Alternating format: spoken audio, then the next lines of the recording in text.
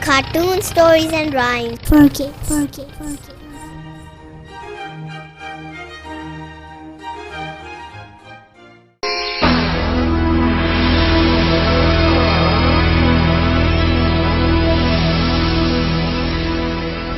आसमानी बिजली के चमकने का मंजर जहां कुदरत के हसीन नज़ारों में से एक है, वहीं इसकी कड़क और बिजली का गिरना बहुत नुकसान का बाइस बनता है।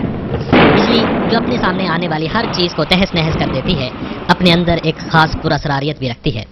ये कैसे और क्यों वजूद में आती है, ऐसे बहुत से सवाल हमारे जहनों में मौजूद होते हैं, मगर साइंस और इल्म से बिलामूम दूर भागने की वजह से इसकी सही वजह हम में से बहुत कम जानते हैं।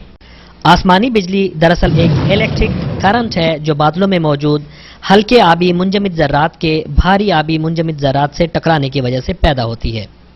मुस्बत चार्ज बादल के बालाई सतह पर होता है और मनफी चार्ज ज़ेरी हिस्सा पर होता है, जबकि कुछ मुस्बत चार्ज शुदा पैकेट्स भी इंतहाई निचले हिस्से में पाए जाते हैं। आसमानी बिजली सिर्फ उन बादलों में वाक़ होती है जिसमें दर्जा हरारत नुक्ताए अंजमात से गिर जाता है। हल्के मुंजमद आबी ज़र्रे जब कसीफ मुंजमद आबी ओलों से टकराते हैं तो उनमें एक चार्ज पैदा होता है, और हल्के मुंजमद आबी ज़र्रे मुस्बत चार्ज रखते हैं और बालाई जानब हरकत कर जाते हैं, जबकि ज़्यादा हुजम के आबी ज़र्रे मनफी चार्ज रखते हैं और ज़ेरी हिस्सा पर चले जाते हैं।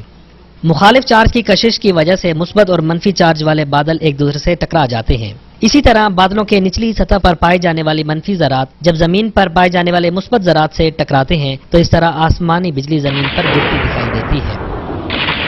जब आसमानी बिजली जमीन पर गिरती है तो आसमानी बिजली की यह धार हवा को 30,000 डिग्री सेंटीग्रेड तक गर्म कर देती है, जो कि सूरज की सतह के दर्जे हरारत से 5 गुना ज्यादा है। यह इंतहाई दर्जे हरारत हवा को एक जोरदार झटके से फैलाता है, जिसके नतीजे में धमाके की आवाज पैदा होती है, जिसे बिजली का कड़कना या थंडर कहा जाता है।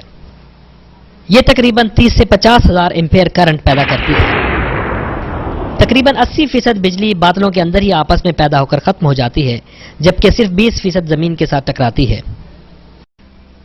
जरूरत इस बात की है कि इतनी ज्यादा एनर्जी को हम जमीन पर बजाय नुकसान के फायदे के लिए कैसे इस्तेमाल करें।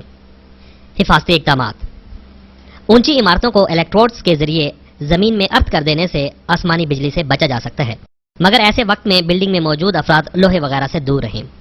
जब कभी बारिश के तूफान से वास्ता पड़े तो हमें चाहिए कि बजाय पानी के बचने के मुतवक्के आसमानी बिजली से बचें और फौरन किसी छत के नीचे आ जाएं। किसी बुलंद जगह दरख्त के नीचे खुले सब्ज मैदान में निकलने से परहेज करें और इस दौरान मोबाइल फोन और टेलीफोन वगैरह के इस्तेमाल से भी इज्तनाब करें।